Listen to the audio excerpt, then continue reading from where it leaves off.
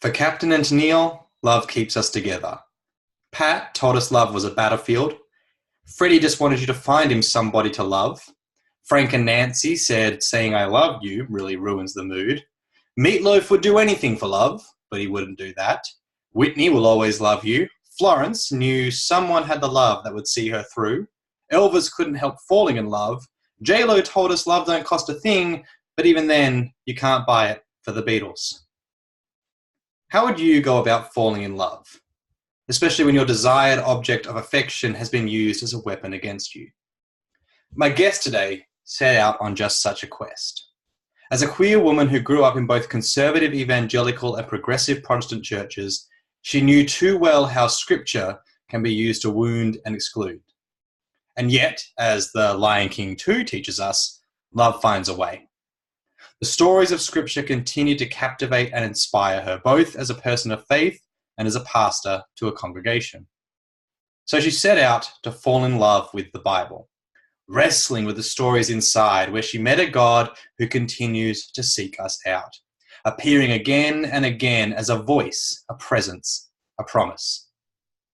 Whenever we are pushed to the edges, our voices silenced or our stories dismissed, God goes out after us, seeking us until we are found again. And God is seeking out those whose voices we too quickly silence and dismiss. Because God's story is a story of welcome and acceptance for everyone, no exceptions. My name is Liam Miller, and this is Love, Rinse, Repeat. My guest today is Rev Emmy Kegler, pastor, doodler, seeker of lost coins. Emmy serves as the pastor of Grace Lutheran Church in Northeast Minneapolis, which has an outreach ministry called Queer Grace Community. You can find out more about both online. Her new book, One Coin Found, How God's Love Stretches to the Margins, is currently available for pre-order. Get on it. And while you're opening that tab, please welcome, by a round of applause wherever you are, welcome Emmy Kegler to Love, Rinse, Repeat. Well, Emmy, welcome to Love, Rinse, Repeat. Thank you so much. I'm so glad to be not back with you on Love, Rinse, Repeat, but back with you after, how many years has it been since? It's just over 2 years. Just over 2 years. Fantastic. Yeah. So for those who don't know, Emmy's referring to, I hosted a 24-hour-long web conference a few years ago called Jesus 1224, and Emmy was one of our speakers. And you can actually hear her talk. I think it's like episode 9 of Love, Rinse, Repeat was a re-upload of Emmy's talk. So, but yes, that was some time ago now, but exciting nonetheless to be talking to you again after all these years. So your book, One Coin Found, is about a week away from when we're recording. Yeah. Coming out. And how are you feeling? What's the emotional roller coaster at this point? A friend of mine who is a published author said it has a resemblance to bringing children into the world, of like, you have something that you work on by yourself for a while, and then suddenly it's here, and your entire life like is upended because you've put this thing into the world, and you become in a lot of ways more vulnerable, very protective of it, and at the same time very, very proud of it and wanting to show it off. So that's accurate for how I'm feeling, both very nervous and also just very excited. Right. Well, and so one of the things I guess people can do is, as they receive your child into the world, is say lots of nice things about it to you and to the world. So that's always nice. Well, so this book has probably been a while coming. Like, you've been exploring these ideas for some time in various forms. I guess, what was it that kind of prompted you, pushed you to not end this journey, but see this journey through all the way to a book? Because a book is a lot of effort, a lot of time, and as you say, it's a vulnerable process too. What was the itch that you were like, I won't have scratched this properly until the book is out? Yeah, I had a friend, my editor for One Coin Found actually is a friend from seminary and works for a publishing house here in the Twin Cities, and came to me on multiple occasions and said, I really think you should write a book. And I was really unsure of what I could put into a long form that would make would make sense, and also that would be of valuable contribution. You know, I didn't want to write yet another sort of LGBT apologetics about like, this is why we read these 6 or 7 or 9 passages within their context, and you shouldn't use them to tell people that they can't belong to your church. We have enough books on that. We don't need to do more. And so the idea of, so Lisa kept coming back to me and saying, you know, I really think you have a book in you. We want to see what you would write. And what ended up happening was telling the story of why I keep making these arguments, right? Why I keep participating in a church, in a religion, in an institution that in many ways has tried to keep me out. And for me, that story has very much been about my relationship with scripture. It's not so much about my relationship with church practice or with theology or doctrine or, you know, sort of religious philosophy. For me, it has very much been about my involvement with the scriptures. And so that's what I ended up writing, was a book that told both the stories of my life alongside the stories of scripture that have meant a lot to me. Yeah, that's really cool. So as you say, you're committed to the church, you're ordained minister, and you've been an ordained minister while writing the book. What's that process being like? You know, having to, while writing the book, also show up, not just on Sundays, but like, let's just say on Sundays, to preside over sacraments, to preach the word, like, and then to pastorally care and to explore new forms of church and mission and witness in the community. What's it been like having to, you know, kind of stay in that world while you know, also exploring your own journey and trying to put it in the most exciting way possible?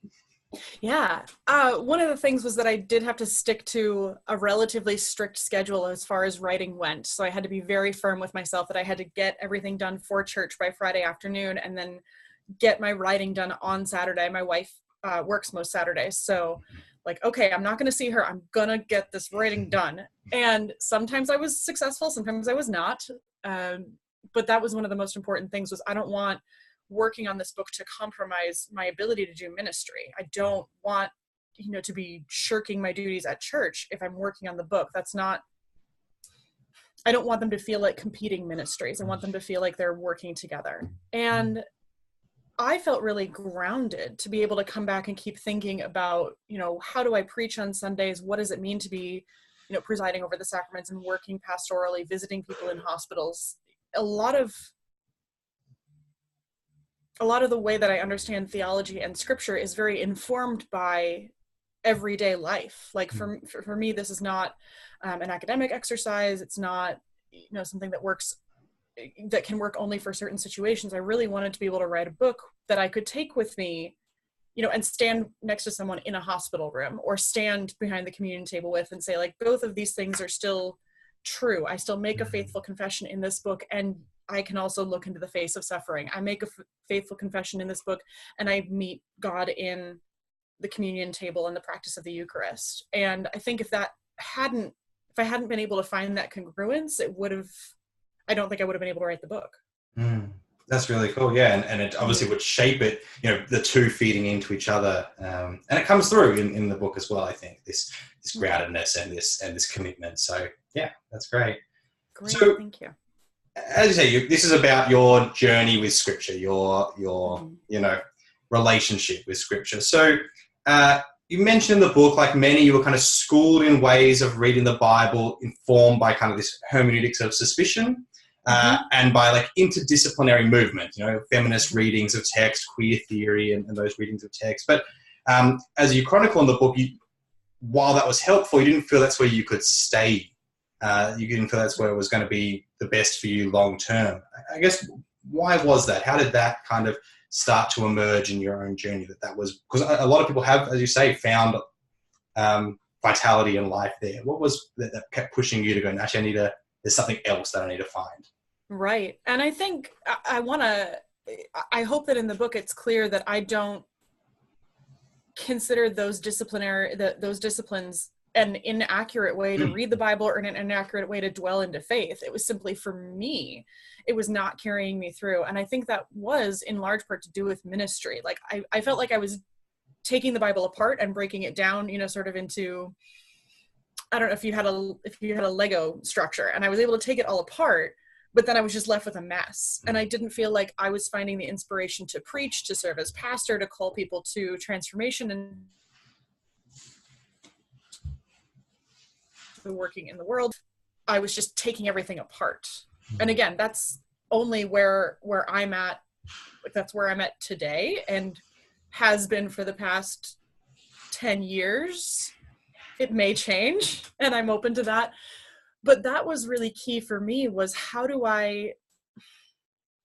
knowing how to take this apart is essential to protecting my existence as a minister and as a person really within the Christian church.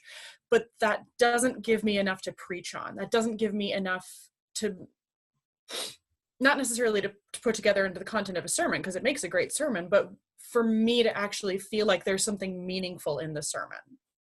It didn't feel like, I didn't feel like I was bringing something important to the table when I was only able to take things apart. And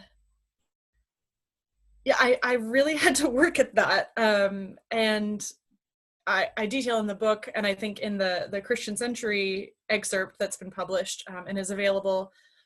I think I sent you the PDF. I'll also send you the link, because they've now posted it, so that your listeners and viewers can also read that. Excellent. But I think one of it was a discipline, a new discipline that I had to commit myself to, of believing that there was something worthwhile in the scriptures that went beyond just taking it down into its smallest pieces. Mm. Yeah, that's really great. And it again does come through, and it is, I guess, probably what comes through as you're trying to develop this for a community and for people who, I can't, do the work every sermon of going, okay, this is where this kind of reading comes from, and we've got to this suspicion, and then all right, oh, cool, 35 seconds to go. Okay, here's something that might be some good news for you. And I agree. Right. It's not to this is not to dismiss those forms of reading, which are incredibly liberative and guiding and wonderful, but it's just, there is sometimes a different pull when all of a sudden it's like, well, I'm reading this for how I bring it to life for a community from all different angles and perspectives. So I think it's really fascinating. Exactly. So as you were trying to fall in love with scripture, you kind of engaged this 90-day Bible reading plan. The idea is, I'm just going to read and just let it hit me in some sense, let it come across. So you hit the story of Jacob and the man he wrestles. This enigmatic figure that just appears and wrestles through the night. I guess, what did this story mean for you as you were finding your way through this reading plan, and how did it shape your hope that you might fall again in love with scripture? Mm-hmm. It didn't. I think the book makes it a little more dramatic probably than what happened. I was probably just churning through. I mean, that's how you tell a good story, right? I was churning through the chapters trying to get through the reading, and this is early on in probably the third or fourth day that I'm still in the midst of Genesis. And what it became for me was just a story that I kept tapping back to, and especially as I was starting to get into reading through Numbers, through Leviticus, through the histories, which get so dry, even though they're, dramatically, sexually violent, they're on the level of, a compelling episode of Game of Thrones. The histories really don't read in a very exciting method. It's just the way they're normally translated. And I just kept coming back to, if I'm going to have a metaphor or a lens for how I read this, I want to have something that is scriptural. And that was where I started seeing this idea of wrestling, yes, and a lot of, there's long existing commentaries of people talking about wrestling with the text, but especially that idea of the text offers both a burden and a blessing, right? Jacob walks away with a limp, but also walks away no longer called Jacob. He walks away called Israel, for you have striven with God and with humans, and you have prevailed. And the idea of sort of sitting with something and saying, look, I'm not giving up until I find something good in this, felt very real to how that whole process was going. Yeah, that's really great. And I've always been struck by he does walk away wounded, like completely transformed. And he's the thing he's hoping that won't happen, which is warfare with his brother, is averted. But yeah, he walks with a limp the rest of his life. So it is an intriguing thing. I was also thinking about it because so Tony Kushner, the famed playwright of Angels in America, the Jacob wrestling motif is obviously prominent in that play, and for those who've seen the HBO miniseries, and he kind of talked about that wrestling and the blessing, the demanding of blessing. That the way he had kind of heard that interpreted was the blessing is a demand for more life, and that's what really comes out in that play. It's like he. Who's wrestling with the angel. I'm blanking on the character's name for a second. I'm sure I wasn't going to be able to be helpful. So good job. he's it's during the HIV/AIDS crisis, in the States, and he's wrestling with this angel, demanding a blessing, demanding more life. And I was considering this as you say, that more life is also a symbolic thing. That I'm wrestling with the scriptures for more life rather than a curse or a weapon, but more life. I don't know if that ever kind of came across in your research or study, or how that sounds to you now, but that was something that came to me as I was reading your section on this. It's I didn't watch the HBO series. I did see a production of Angels in America when I was in college, but so that wasn't as fresh in my mind. And I think it was only the first half, and I think the wrestling happens more prominently in the second. But I really like that. I think that really works. And I think that's very much, we don't know, the conversation that Jacob and the angel, messenger, man, stranger who wrestled with him, there's multiple interpretations and layers that we've added on. We don't know, what they said to each other. Just this guy shows up and just tackles him to the ground and they start wrestling all night. What was the impetus there? And every blessing, I think, that we encounter in the Hebrew scriptures, when God offers a blessing or when a blessing is asked for, is a blessing for life, right? Jacob steals the blessing from his brother, and it's a blessing of abundant life. And I like that parallel. That I think that really works. So another thing I was thinking of with this Jacob walking with a limp. Back when you talked at Jesus 12:24 was the idea of wounds being kind of coming from the Bible, these wounding words that we were trying to turn back from swords into plowshares was an image you used that has always stuck with me. And there are many who have been wounded from and still carry the wounds from their interactions with Scripture. But I was thinking also about then the image of Jesus' kind of resurrected body in the story with Thomas, that the wounds are still there even on the resurrection. And there's a sense that as Jacob gets this new name and a chance for new destiny, as Christ inhabits the resurrected body, neither of these come on blank slates. Like the newness still comes and there's still wounds. So I was exploring how that kind of interacts with your journey and with the book and your hope for those who are reading it, still carrying those wounds. Yeah, that story of Jesus, resurrected but still with wounded wrists and feet comes up in chapter 9 when I write about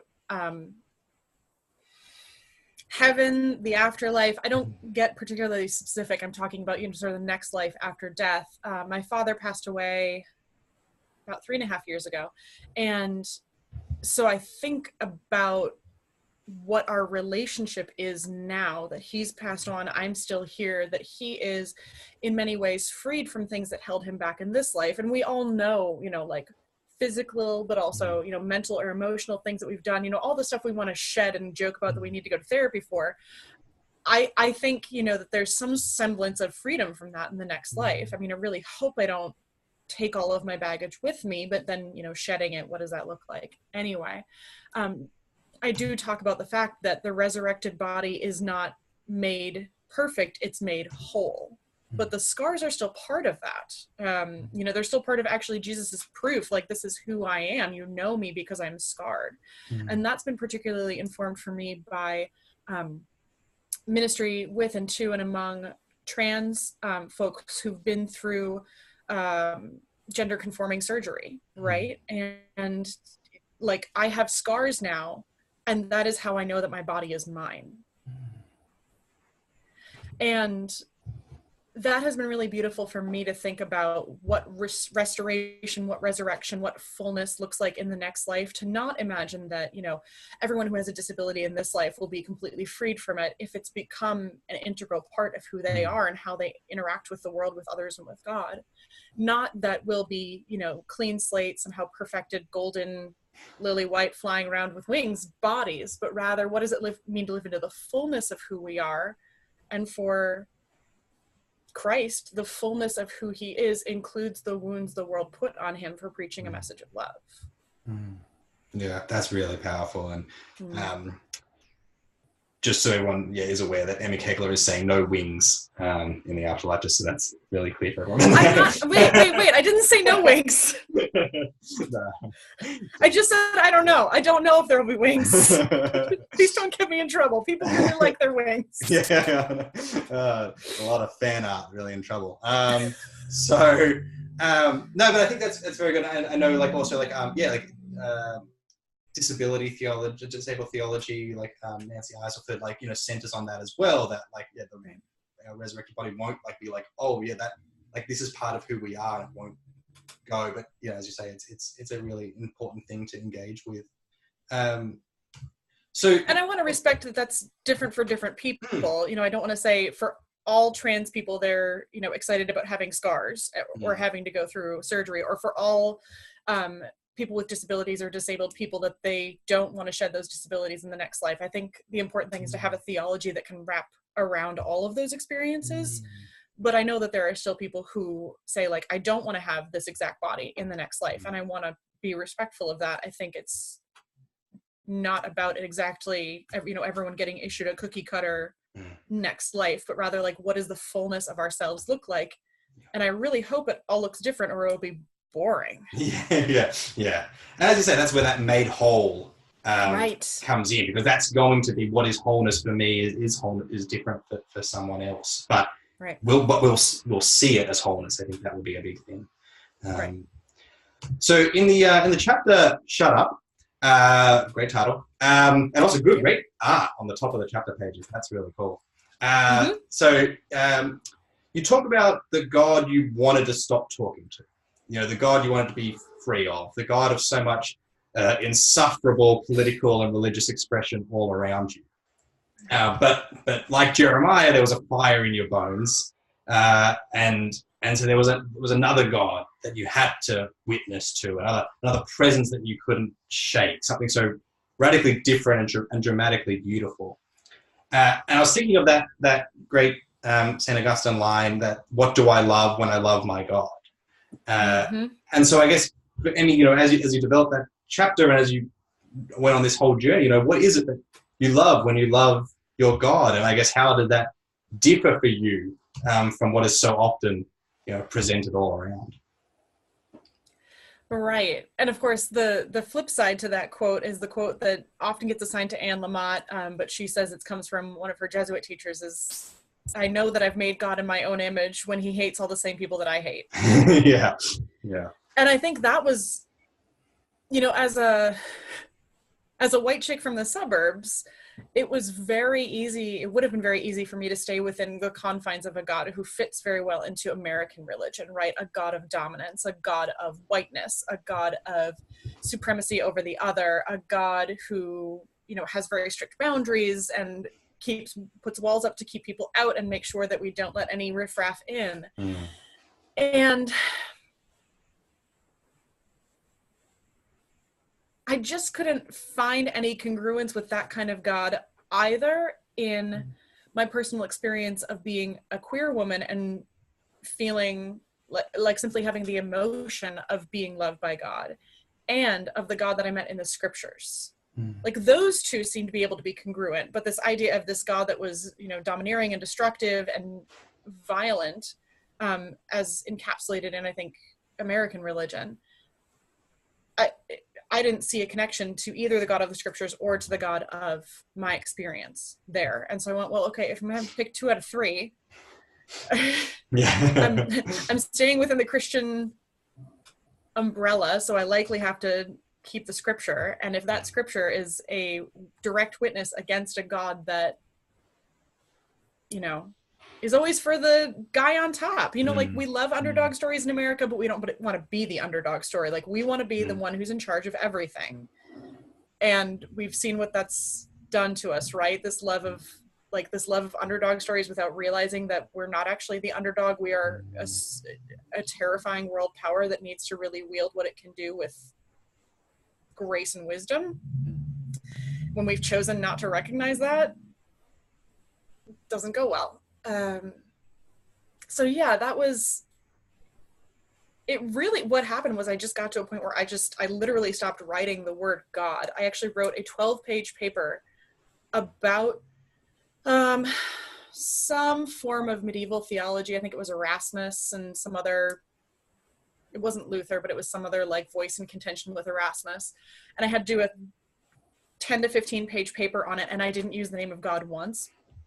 So I was just like, I'm not putting, like, this had nothing, like this old argument has nothing to do with what I'm experiencing in the congregation where I'm interning, in my own experience of God, in the God of the scriptures. Like, I don't see any congruence here. And so I just said, I'm not doing it.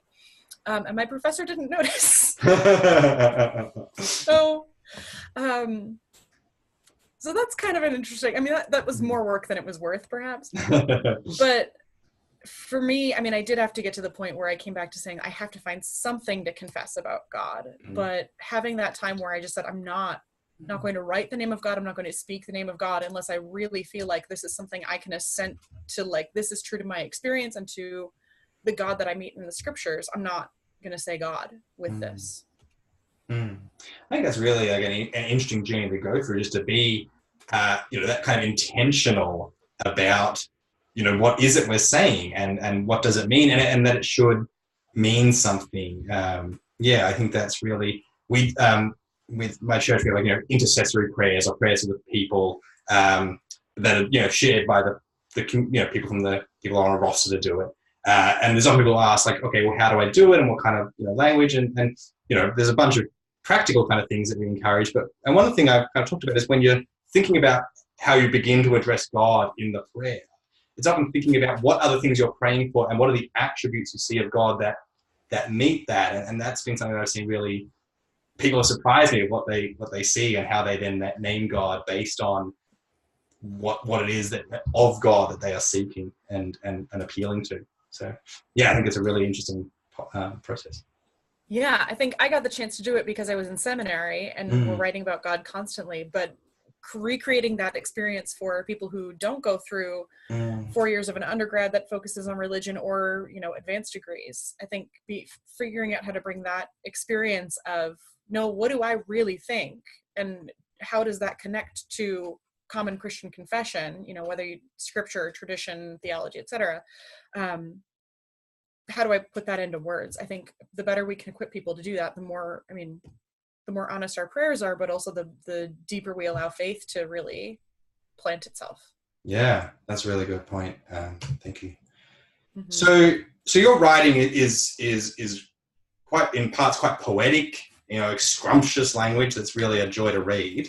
And I know from like your sermon prep that you share online, you have a way of note-taking or sermon scripting that its own kind of art form. So how does this kind of fit together for you? Is this something that you just, is it an add-on, or is it something that's, grounded in the very nature of God and creativity? Like this whole theology, poeticism, preaching, and aesthetics. How is that all related to you? Organically, or is it a thing you stumbled upon? Like what is that journey? Sure. That's a lot of questions all folded together. That's the Leonardo classic. No, that's fine.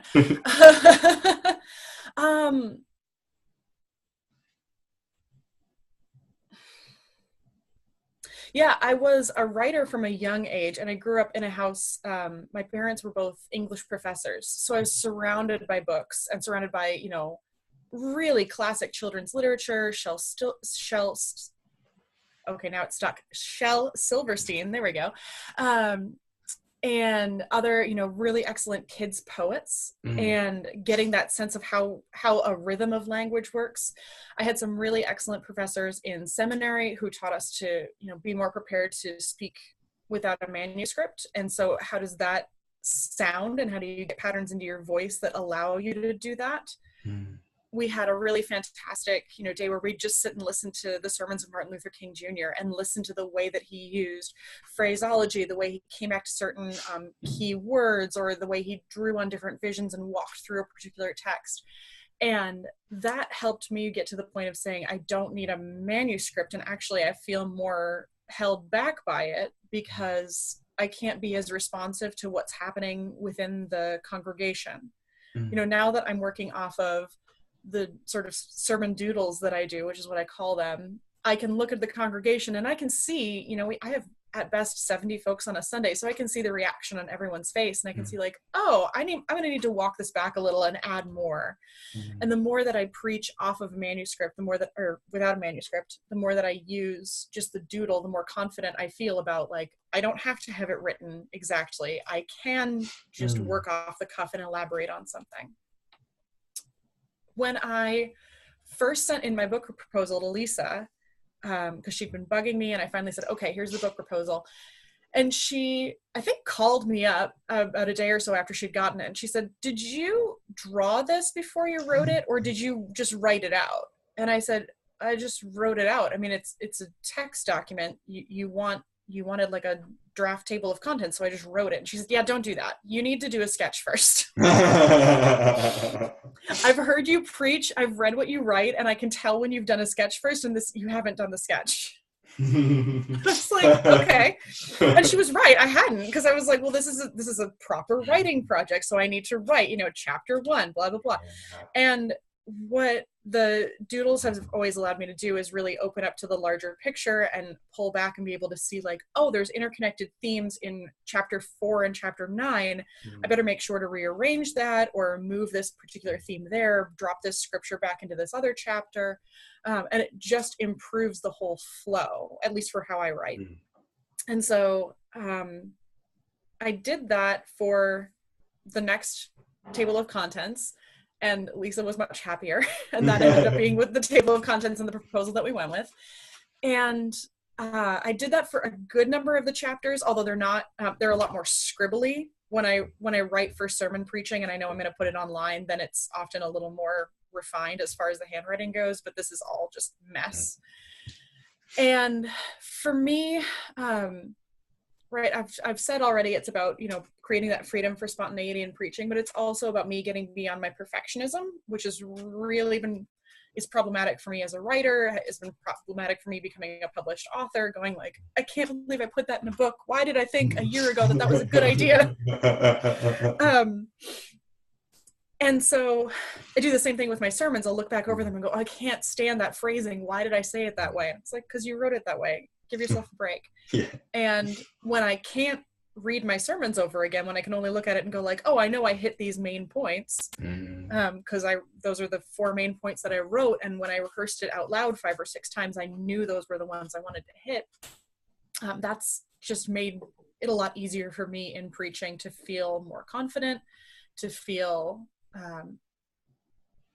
just more satisfied at the end of it, to not, go post my sermon on a podcast or online and go, oh, I hate that. It was just the worst. I'm going to have to edit this for 3 hours. Well, I can't. It's done. And that's a much healthier way for me. Yeah, no, that's really cool. That's great.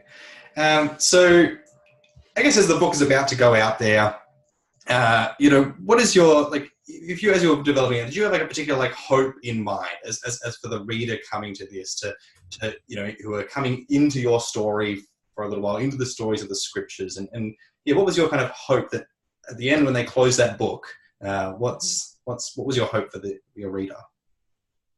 I think the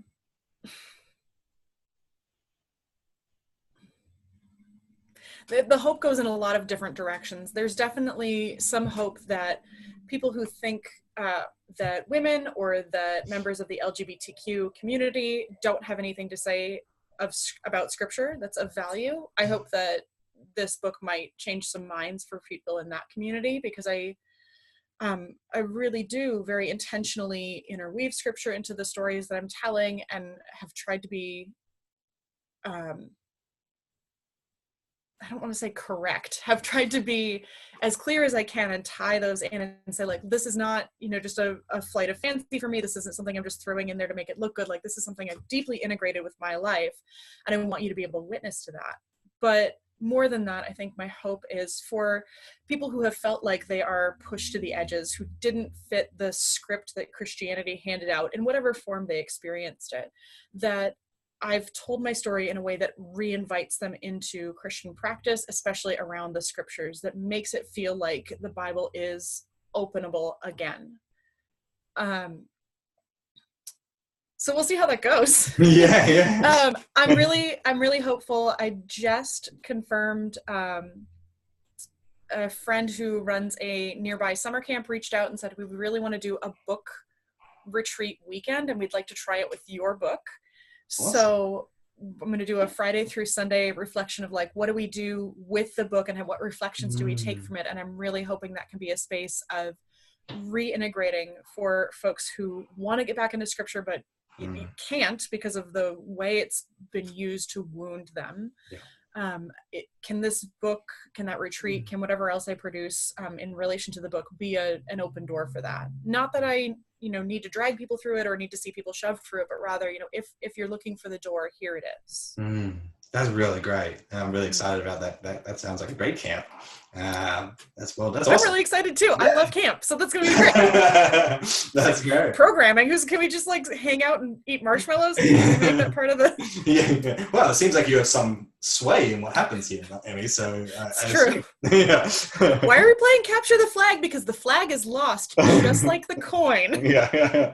Exactly. It all fits together. It all works. That's wonderful. You should have, the youth pastor seems to be like, if you ever need a pivot shift, it seams like that's open to you at this stage. Ideas like that, that's there. That's a night. That's right. That's.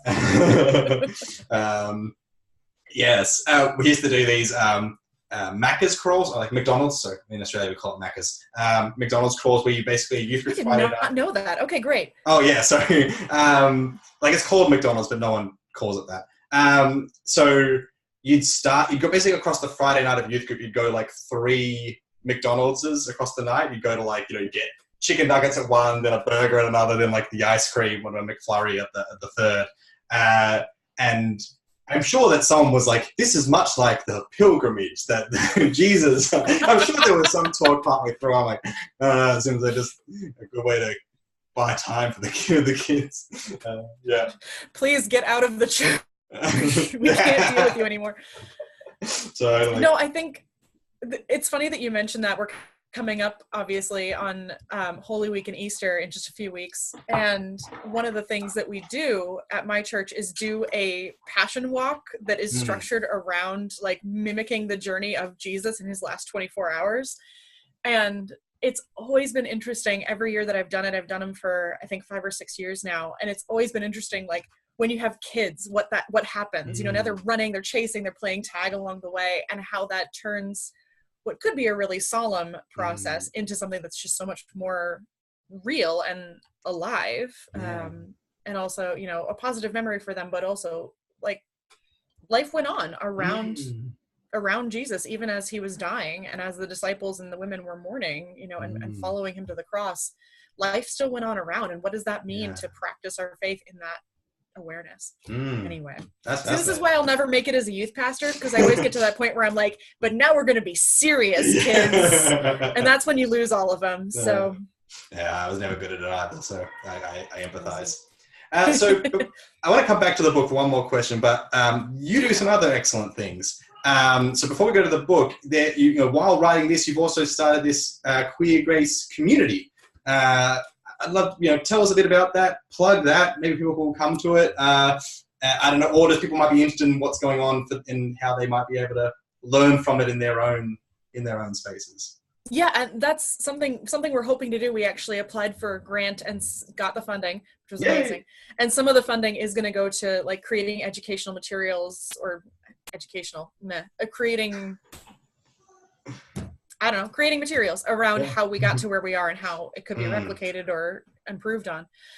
And so what it is it's a ministry, an outreach ministry housed within the church that I pastor that's specifically designed to and for and by LGBTQ Christians. And, you know, also we have a lot of agnostics or post-Christians, post-evangelicals or ex-evangelicals who hang out with that community as well. So people who in one way or another have connected with Christianity and are trying to make sense of it, reconnect with it, disentangle the mess of it from the perspective of belonging to the LGBTQ community. So we gather about once a week. We do worship once a month, and it's kind of an evangelical and mainline blend. So we have some contemporary music that's band led. We also have, you know, very specific scripture readings and a sermon, and then these interactive prayer stations, communion that we share together. We have fellowship for usually about 2 hours after until I'm like, okay, you guys, it's a Sunday. I've been here since 8 a.m. It is now 8 p.m. You need to leave.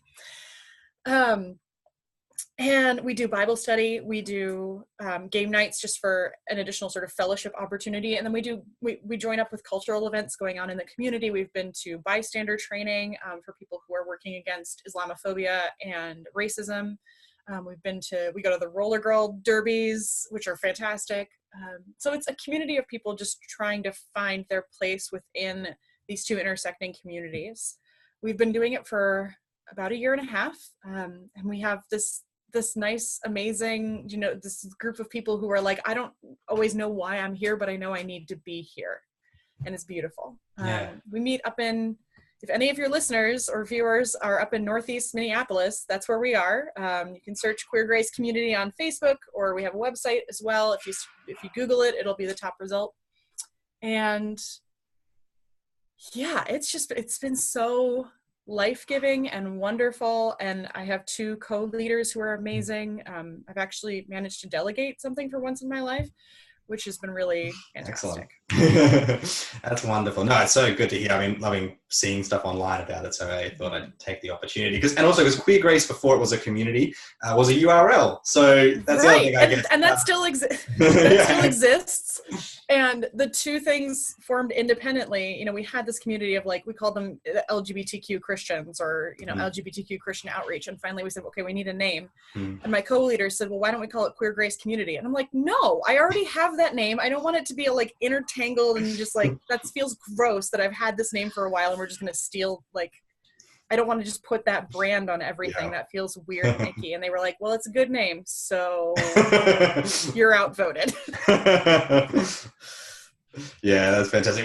Queer Grace is maybe one of the most websites I have sent to someone else. It is truly terrific. It's always a good first point of call for anyone interested in these questions in this area. It's a great database, a resource, encyclopedia. That's the word I use, but any of those will work. Yeah. Yeah.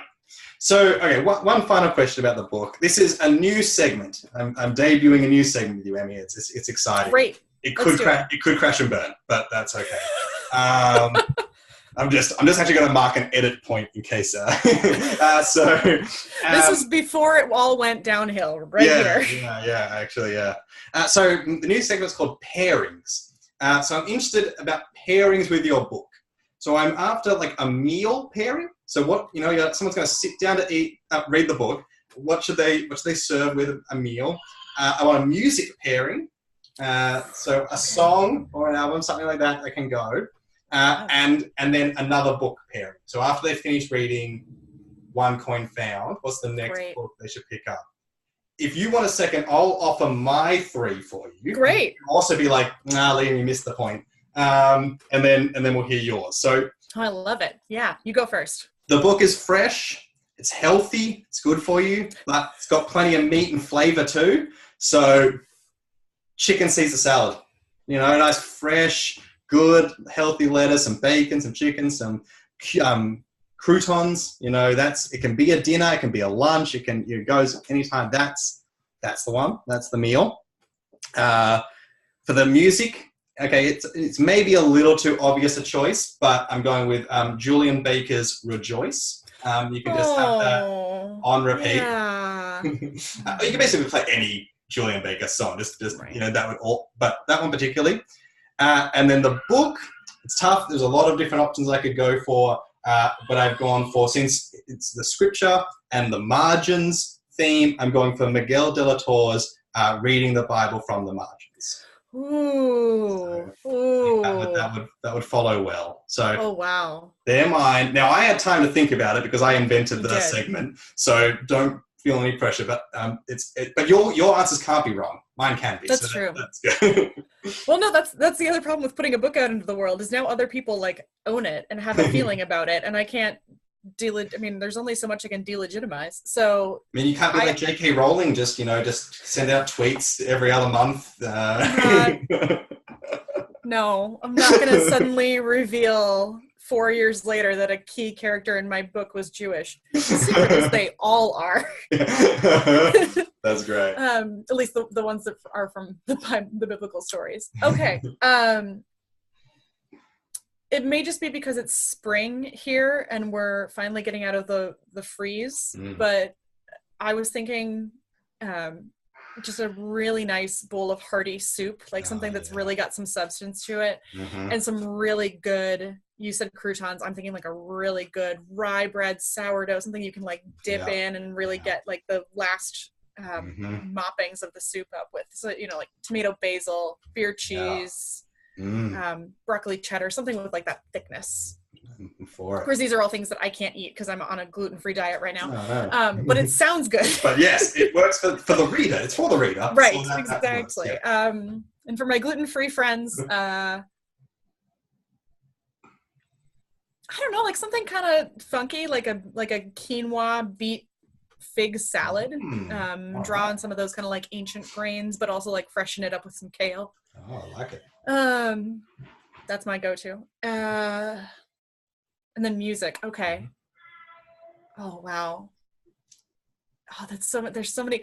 I have a lot of anxiety about my taste in music because I'm always maybe 5 to 6 years behind the times. Like I'm still listening to Sarah Grove's Conversations, which came out in I think 97. So, I have like people at my church who are like serving in active ministry roles who are older than that album, or younger than that album, I should say. Yeah. So I'm going to go with Jennifer Knapp's Dive In. Okay. Which is just a really excellent rock self-affirmation album. And then the title track, Dive In, is really excellent. Okay. And then pairing with another book. There are so many. Okay. Don't lose friends with this. Just I know, right? I was like, I'm trying to think of like, I have so many friends with books coming out this year, and I was like, I'm not going to pick any of you. I'm so sorry. No, what I wanted to pick was a book that I think I might mention it. There's a reader's guide in the back because I read a lot of books. But the book that was most formative for me in beginning to restructure a relationship with the Bible many years ago when I was in college is a book called Manna and Mercy, the story of God's unfolding promise to mend the entire universe. Oh, great title. It's Daniel Erlander. It's from late 80s or early 90s. It's actually it's hand drawn. Oh, wow. It's about probably 100 pages long. It's an 8.5 by 11 kind of shape. So it's hand drawn, and it's an overview of the biblical narrative, but it's informed by feminist and liberationist and Black theologies that then Dan, who is a white man, put together. There are some things there are some choices he makes that, as far as interpretation and theology goes, that I don't fully agree with, but in particular, like how he interprets the conquest of Canaan, the way he uses the name of God in the text, those aren't perfect. But it's still, for me, the book I come back to over and over to feel re-nourished by the idea that there is a continuous story starting in the Hebrew scriptures that we carry then into the New Testament, and the way that we read the Hebrew Bible is both informed by the Jesus that we knew, but also clarifies the Jesus that we experience in the New Testament. And I love it. It's the Bible study we're using at Queer Grace Community. You can find it on Amazon probably, and if you can't, just Google the title. It's just a really fantastic book. Awesome. So yeah.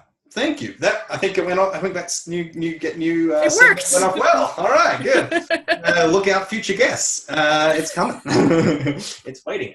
Well, Emmy Kegler, thank you so much for joining us. Everyone, the book is One Coin Found. Go check it out. Oh, we're going to hold it up. There it is. And look at that beautiful cover. That blue. I know. It's nice. So great. Yeah. How God's Love Stretches to the Margins. Go and buy it. Leave Amazon reviews or wherever you buy it from. Reviews. Nice tweets. Cool Instagram photos. All these kind of things. Make it happen. Emmy, how else can people connect with you, support your work, support what's going on? You can find me on Facebook and Instagram and Twitter, all at Emmy Kegler. And you can also find the book account on there, One Coin Found. I have some of my past work posted on my website, which is emmykegler.com. And if you live in the Minneapolis area, feel free to come and visit us at Grace Lutheran at 10 a.m. on Sunday mornings in the old Holland Elementary building. And feel free to, we've also got, if you Google the church, Grace NEMPLS, we have we have all the sermons posted on a podcast, so you can keep up with the sermon series we're doing right now, which is on the Jesus Prayer. So taking apart the Lord's Prayer, the Our Father, and taking it piece by piece, line by line, and figuring out what does it really mean for us, and how do we step into it in this day and age. So excellent. It's a whole bunch there that people can get into. So much. And I just live on the internet. Just come hang out with me. It's all good, I promise as well. So get the book. And because Emmy, I really hope it does reach a lot of people because your hope for it is so true and pure, and I think it's an excellent work. So I really hope it goes gangbusters and sells I don't know, million copies. I don't know what books sell. I don't want it to sell 1 million copies. That sounds really demanding and scary. I'm not ready to bid. That's good. Couple thousand sounds fine. Couple thousand. The second book goes platinum. All right. Well, Emmy Kegler, thank you for joining Love, Rinse, Repeat. And Liam, thank you so much. It's always just such a delight to talk to you, whether it's just chatting on Twitter or when we get to talk face to face like this. So thank you so much. Oh, you're welcome. Thank you very much.